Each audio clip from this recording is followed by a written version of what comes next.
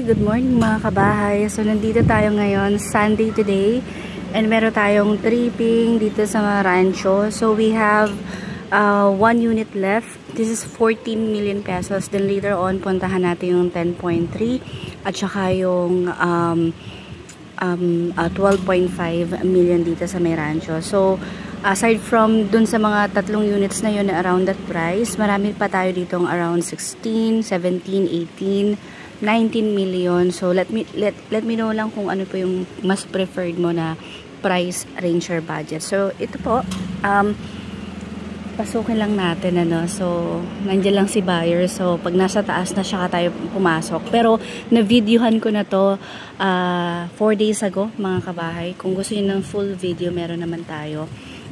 So maganda sa rancho na to, malapit po to sa Lilac. Flood free po. Kung mapapansin nyo, ang taas po nito. So hindi po kayo babahain dito sa area. Ayan. So may clubhouse naman tayo, may clubhouse doon sa may dulo na side.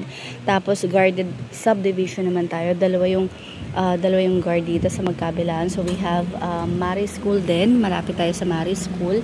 And even dun nga sa may Lilac, papunta po dito sa may papunta sa may Sumulong Highway po. So yan. Okay po.